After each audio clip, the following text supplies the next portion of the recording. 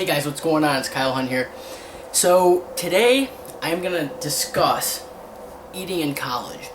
And the reason I'm going to do that today is because, obviously college is starting up and I've gotten a ton of emails recently about kids just asking me, hey, I know you're in college. How do you go about getting your meals and eating and all this other good stuff?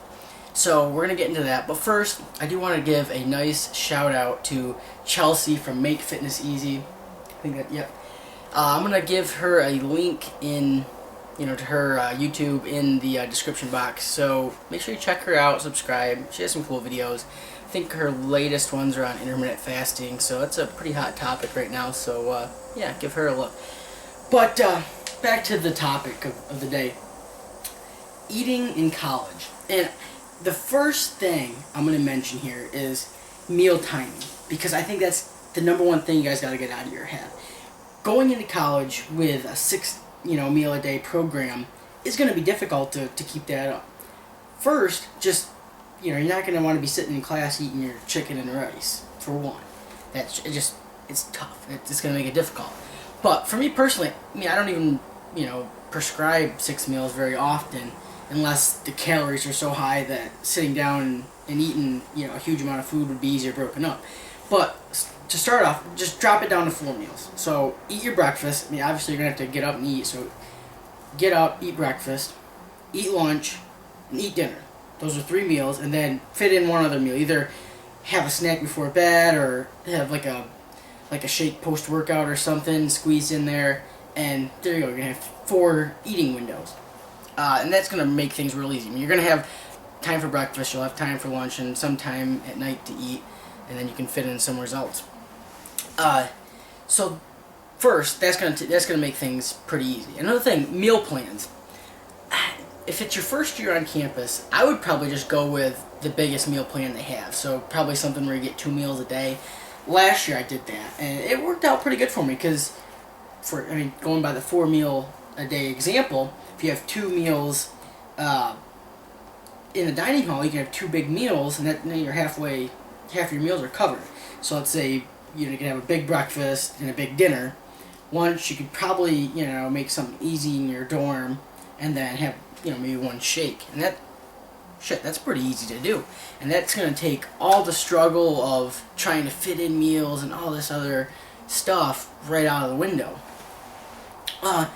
And in the meal plans, I can only really speak from the couple of universities that I've been to and eat in here, but most of the time you're going to be able to find stuff. You're going to be able to have grilled chicken or fish or, maybe even some steak or something like that, so your protein sources will be good.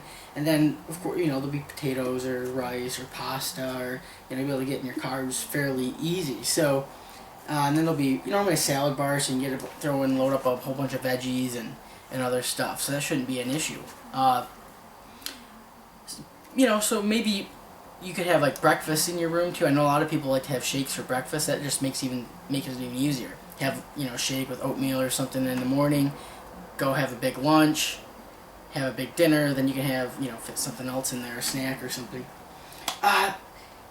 Protein bars. That's a big one. A lot of kids will be like, hey, can I just eat protein bars throughout the day?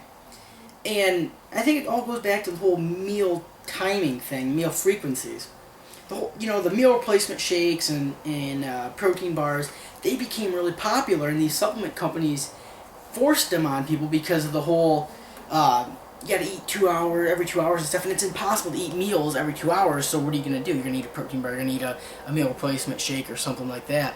So that's kind of how they got popular. But that, if you don't have to eat 6 times a day, I'd rather you eat 4 times and eat whole food and not have to eat protein bars. There's only really 1 protein bar on the market right now that is worth a shit, and it's Quest Bar. Their ingredients are solid, their macros are solid. That's probably every other one is basically that's what it is. A protein bar is a candy bar with a scoop of whey protein in it. Compare the macros, that's what it is. So that's what you're getting when you go to GNC and you buy Metrex Big Ass 100 or whatever it's called. So think about that. Would you want to just have if you can fit into your macros, shit, but you're paying $3 for that. So think about it. It'd be better spent on can of tuna and a sweet potato and other food, you know what I mean, veggies or whatever. So going back to that, I'm not big on protein bars. Go with the Quest bars though; they are pretty solid and they taste amazing. Probably a little bit on the expensive side, so it's not something I think you should have in your daily meal plan. You know, every day you're gonna have a Quest bar because that'll shit get expensive. But it's nice to have on hand. You know, because you might be studying in the library all day, and you know you're gonna have to eat eventually. So that'd be nice in emergencies. So let me see. So we got the meal timing thing, meal frequency. We got all that taken care of. I mean, you can still eat more meals, but just understand it's gonna be harder and it's not gonna benefit you at all. So if you cut down your meals, that's gonna be really beneficial. The whole protein bar thing, not really a big fan. But other than that, I mean, it's not really that much different. I think a lot of the times people make it out to be more than what it is. Oh my God, I'm going to school and I'm going to be so busy, I'm not going to have time to stay on my meal plan, I'm not going to be able to eat how I normally do. But when you actually sit down, plan it out too. I mean, you don't have to eat every 2 hours, every 3 hours, every 4 hours. Don't get scared if you have a period of time where you're going 5+ hours of eating. It's going to be okay.